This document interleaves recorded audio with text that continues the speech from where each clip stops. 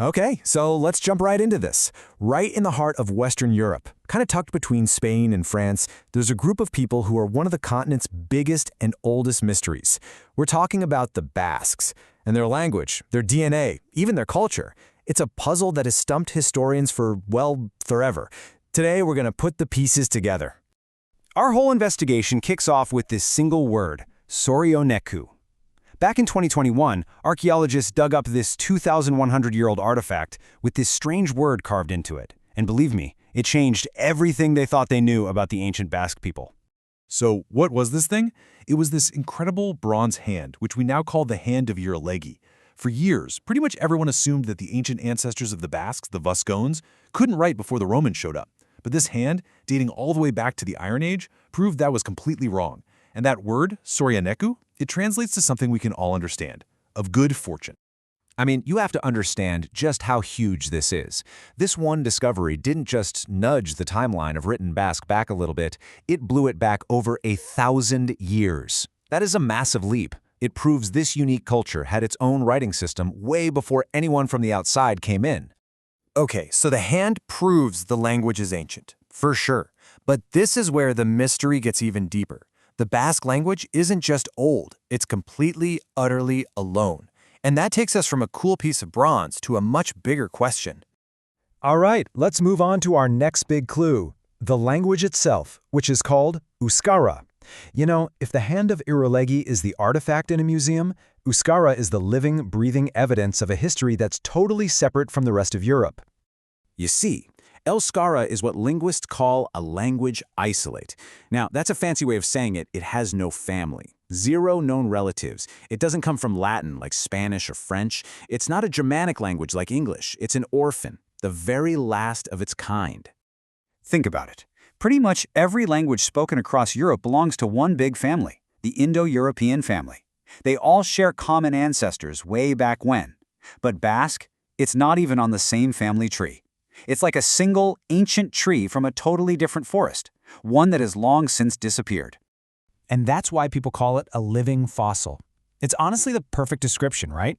Hearing someone speak Euskara today is like hearing an echo from a time before the Romans, before the ancient Greeks, an echo from a version of Europe that's been lost to history.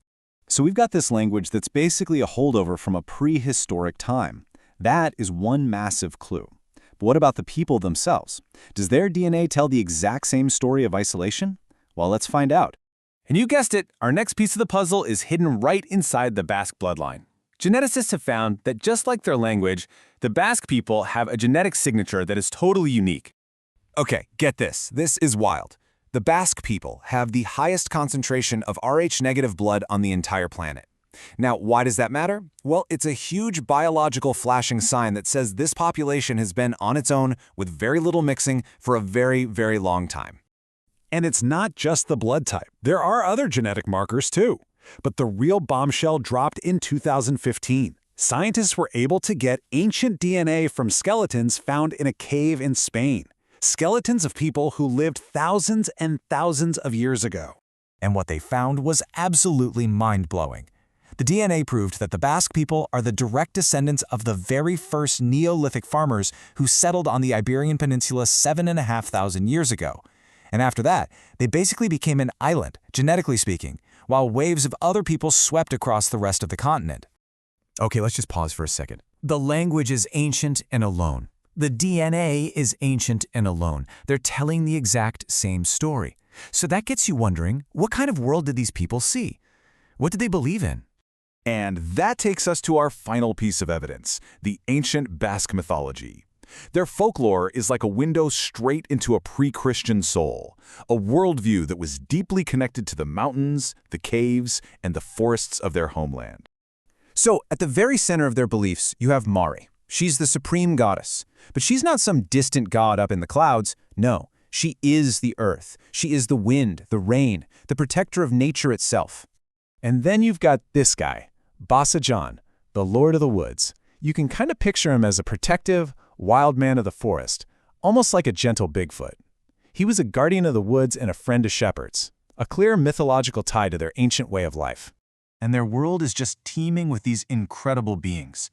You've got seductive water spirits, giants who were said to have built the ancient stone structures, and even witches who weren't just seen as evil but as respected healers with knowledge of ancient medicine. This isn't just a collection of fairy tales. This is a blueprint for how they saw the world. Okay, wow. We've looked at the archaeology, the language, the genetics, and the mythology.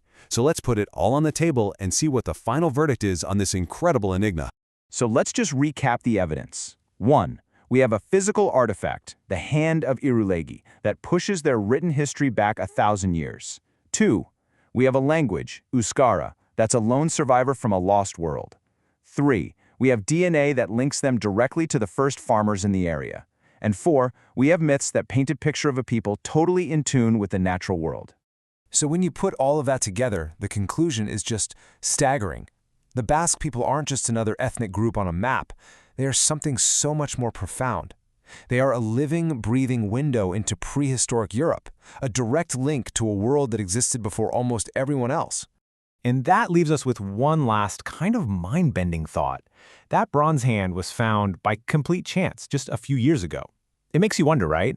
If an echo of a lost world this ancient could survive, hidden in plain sight for all this time, what other secrets about our deepest human story are still out there, buried just under the surface?